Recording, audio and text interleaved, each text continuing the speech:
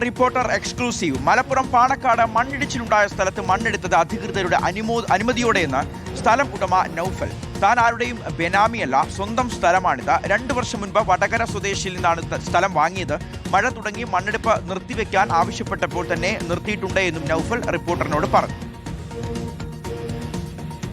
50 saint സ്ഥലം ഏകദേശം ഒരു 1.5-2 വർഷം മുമ്പ് ഇത് ഫൈസൽ കടമണ്ണിൽ എന്ന് പറഞ്ഞ വ്യക്തിയുടെ നിന്ന് വാങ്ങിച്ചതാണ്. എല്ലാ കാര്യങ്ങളും നിയമപരമായിട്ട് നിയമത്തിൽ എന്താണോ അനുശാസിക്കുന്നത് നിയമപരമായിട്ടാണ് എല്ലാ കാര്യങ്ങളും. പിന്നെ 20-ാം തീയതിയാണ് അതിൻ്റെ ലാസ്റ്റ് ഡേറ്റ് തീരുന്നത്, ഏത് പെർമിഷൻ്റെ ഡേറ്റ് തീരുന്നത്.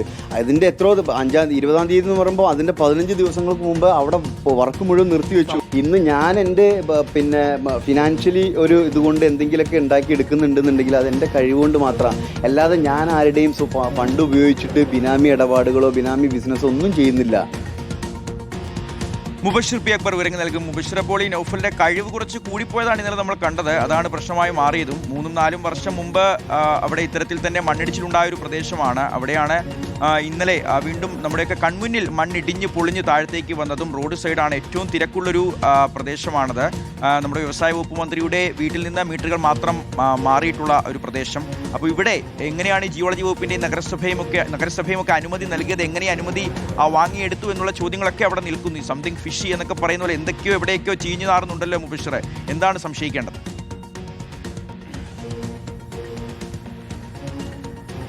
ഈ മണ്ണിടിച്ചിലുമായി ബന്ധപ്പെട്ട് ആദ്യമായിട്ടാണ് ഈ സംഭവത്തിൽ വിശദീകരണവുമായിട്ട് ഈ ഭൂവുടമകളായിട്ടുള്ള നൌഫലും അതോടൊപ്പം തന്നെ സലീമും രംഗത്ത് വന്നിരിക്കുന്നത്.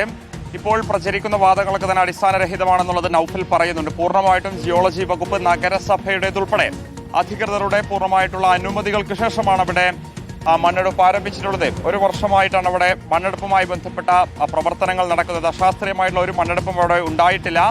പ്രകൃതി നിർമ്മിത മനുഷ്യനിർമ്മിത ദുരന്തമല്ല, മറിച്ച് പ്രകൃതി ദുരന്തമാണെന്ന വാദമാണ് ഈ ഭൂ ഉടമകൾ ഉന്നയിക്കുന്നത്. പക്ഷേ ഇക്കാര്യത്തിൽ കഴിഞ്ഞ ദിവസങ്ങളൊക്കെ തന്നെ നഗരസഭയുൾപ്പെടെ റവന്യൂ വകുപ്പ് ഉൾപ്പെടെ പറഞ്ഞിരുന്നത് ഇക്കാര്യത്തിൽ അനുമതി ലഭിച്ചിട്ടില്ല, അല്ലെങ്കിൽ അവർ പാറ പൊട്ടിക്കുന്നതിനും മണ്ണെടുക്കുന്നതിനും വേണ്ടി കൊടുത്ത തീയതിയും കഴിഞ്ഞതിന് ശേഷം അനധികൃതമായിട്ട് അവിടെ നിർമ്മാണ പ്രവർത്തനങ്ങൾക്ക് വേണ്ടി മണ്ണെടുത്തിരുന്നു എന്നുള്ളതായിരുന്നു ചൂണ്ടിക്കാണിച്ചിരുന്നത്. അത് പൂർണ്ണമായിട്ട് തള്ളുകയാണ് ഈ സ്ഥലത്തിന്റെ ഉടമകൾ. അവരുടെ കയ്യിൽ രേഖകളുണ്ട് എന്നുള്ളതാണ് പറയുന്നത്. ഈ രേഖകളുടെ അടിസ്ഥാനത്തിലാണ് സംസാരിക്കുന്നത്. അവർക്ക് കൃത്യമായിട്ടുള്ള അനുമതി ഉണ്ടായിരുന്നു. മഴ ആരംഭിച്ച ഘട്ടത്തിൽ നിർമ്മാണ പ്രവർത്തനങ്ങളുമായി ബന്ധപ്പെട്ട മണ്ണെടുപ്പ് നിർത്തിവെക്കണമെന്ന് ആവശ്യപ്പെട്ട ഘട്ടത്തിൽ തന്നെ അത് നിർത്തിവെച്ചിട്ടുണ്ട്. അതിനുശേഷം ഒരു തരത്തിലുള്ള മണ്ണെടുപ്പും അവിടെ നടന്നിട്ടില്ല എന്നുള്ളതാണ് അവർ പറയുന്നത്. ഇത് പരിസ്ഥിതി ലോല മേഖലയല്ലല്ലോ എന്നൊരു മറുചോദ്യം അവർ ചോദിക്കുന്നുണ്ട്. ആ വാദം തന്നെയായിരുന്നു നഗരസഭയും ഉന്നയിച്ചിരുന്നത്. അപ്പോൾ സ്വാഭാവികമായിട്ട് അവിടെയുള്ള ജനങ്ങളുടെ ആശങ്കയ്ക്ക് ആര് പരിഹാരം കണ്ടെത്തുമെന്നുള്ളതാണ് ഏറ്റവും പ്രധാനപ്പെട്ട ഒരു ചോദ്യം അവിടെ നിന്നും ഉയർന്നതിനു ശേഷം 2018 മണ്ണിടിച്ചിലുണ്ടായ മേഖലയാണ്. അന്ന് ഇത്തരത്തിലുള്ള നിർമ്മാണ പ്രവർത്തനങ്ങൾ നിർത്തിവെക്കാൻ ഉത്തരവുണ്ടായിരുന്ന മേഖലയാണ്. പിന്നീട് എന്താണ് ഈ ഭൂമിയിൽ സംഭവിച്ചത് എന്നുള്ളതാണ് അറിയേണ്ടത്. കോഴിക്കോട് വടകര സ്വദേശിയിൽ നിന്നാണ് സ്ഥലം വാങ്ങിയത് എന്നുള്ളത് ഇവർ പറയുന്നുണ്ട്. 50 സെന്റ് സ്ഥലമാണ്. അവിടെ പ്രീമിയം ആയുർവേദ റിസോർട്ട് ഒന്നും തന്നെ നിർമ്മിക്കാൻ ഉദ്ദേശിച്ചിട്ടില്ല, മറിച്ച് ഒരു കാർ സർവീസ് സെന്റർ മാത്രമാണ് നിർമ്മിക്കാൻ ഉദ്ദേശിച്ചിട്ടുള്ളത്. മറ്റു നിർമ്മാണ പ്രവർത്തനങ്ങളെക്കുറിച്ച് കൂടുതൽ വെളിപ്പെടുത്താൻ സാധിക്കില്ല എന്നുള്ളത് നൌഫൽ വ്യക്തമാക്കുന്നുണ്ട്. താൻ ആരുടെയും ബിനാമിയല്ല. ഇക്കാര്യത്തിൽ ഒരു ഉയർന്ന ഉന്നത സ്വാധീനമുള്ള വ്യക്തിയുടെ ബിനാമിയാണ് ഈ നൌഫലും സലീമും എന്ന പ്രചാരണം ശക്തമായ ഘട്ടത്തിൽ കൂടിയാണ്. ആരുടെയും ബിനാമിയല്ല, കഷ്ടപ്പെട്ട് അധ്വാനിച്ചുണ്ടാക്കിയ പണം കൊണ്ടാണ് ഈ നിർമ്മാണ പ്രവർത്തനം നടത്താൻ ഉദ്ദേശിച്ചിരുന്നത്. ഇനിയിപ്പോൾ അവിടെ ആളുകളുടെ സുരക്ഷിതത്വം ഉൾപ്പെടെ ഉറപ്പുവരുത്തിയ ശേഷമേ നിർമ്മാണത്തെക്കുറിച്ച് ആലോചിക്കുക തന്നെയുള്ളൂ. നിലവിൽ ഏറ്റവും പ്രധാനപ്പെട്ട കാര്യം നഗരസഭ കഴിഞ്ഞ ദിവസം പറഞ്ഞിരുന്നത് ഇവരുടെ നിർമ്മാണ അനുമതി തന്നെ റദ്ദാക്കിയിട്ടുണ്ട്, ലൈസൻസ് തന്നെ റദ്ദാക്കിയിട്ടുണ്ട്, നിർമ്മാണ പ്രവർത്തനങ്ങൾ പൂർണ്ണമായിട്ടും നിർത്തിവെക്കാൻ നിർദ്ദേശിച്ചു എന്നുള്ളതായിരുന്നു. പക്ഷേ ഇത്തരത്തിലുള്ള ഒരു ഷോക്കോസ് നോട്ടീസോ അല്ലെങ്കിൽ നിർദ്ദേശമോ നഗരസഭയുടെ ഭാഗത്തുനിന്നോ അധികൃതരുടെ ഭാഗത്തുനിന്നോ ലഭിച്ചിട്ടില്ല എന്നുള്ള ഒരു വെളിപ്പെടുത്തലും നൌഫൽ നടത്തുന്നുണ്ട്. അതോടൊപ്പം തന്നെ നൌഫലിന്റെ കൂടെ ബിസിനസ് പങ്കാളിയായിട്ടുള്ള സലീമിന്റെ മാതാവായിട്ടുള്ള വ്യക്തിയുടെ പേരിൽ കൂടിയാണ് ഈ സ്ഥലം രജിസ്റ്റർ ചെയ്തിട്ടുള്ളത്. 2 പേരുടെ പേരിലാണ് ഈ സ്ഥലം രജിസ്റ്റർ ചെയ്തിട്ടുള്ളത്.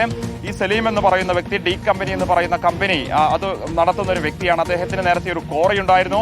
അദ്ദേഹത്തിനെതിരെ വ്യാപകമായിട്ടുള്ള പരാതികൾ, കോറി ഇടപാടുകളുമായി ബന്ധപ്പെട്ട പ്രവർത്തനങ്ങളുമായി ബന്ധപ്പെട്ട് ആരോപണങ്ങൾ ഉണ്ടായിരുന്നു. പക്ഷേ ഇപ്പോൾ കോറി ഒന്നും തന്നെ നടത്തുന്നില്ല. ഈ മേഖലയിൽ ഒരു പദ്ധതി കൊണ്ടുവന്ന് അത് ഉണ്ടാക്കിയെടുക്കാനായിരുന്നു തീരുമാനം. പക്ഷേ അപ്രതീക്ഷിതമായിട്ട് അപകടം സംഭവിച്ചതാണ്. ഒരു തരത്തിലുള്ള നിയമലംഘനവും നടത്തിയിട്ടില്ല എന്നവർ പറയുന്നുണ്ട്. നഗരസഭ കടുത്ത നിലപാടെടുത്തു എന്നൊക്കെ തന്നെ പറയുമ്പോഴും ഇവരുടെ വിശദീകരണം പുറത്തു വരുമ്പോൾ ഇനി റവന്യൂ വകുപ്പും നഗരസഭയും എന്ത് തുടർ നടപടികൾ സ്വീകരിക്കുമെന്നുള്ളതാണ് നോക്കിക്കാണേണ്ടത്. ശരി മുബഷിർ, കാത്തിരിക്കാം തുടർ നടപടികൾക്കായി.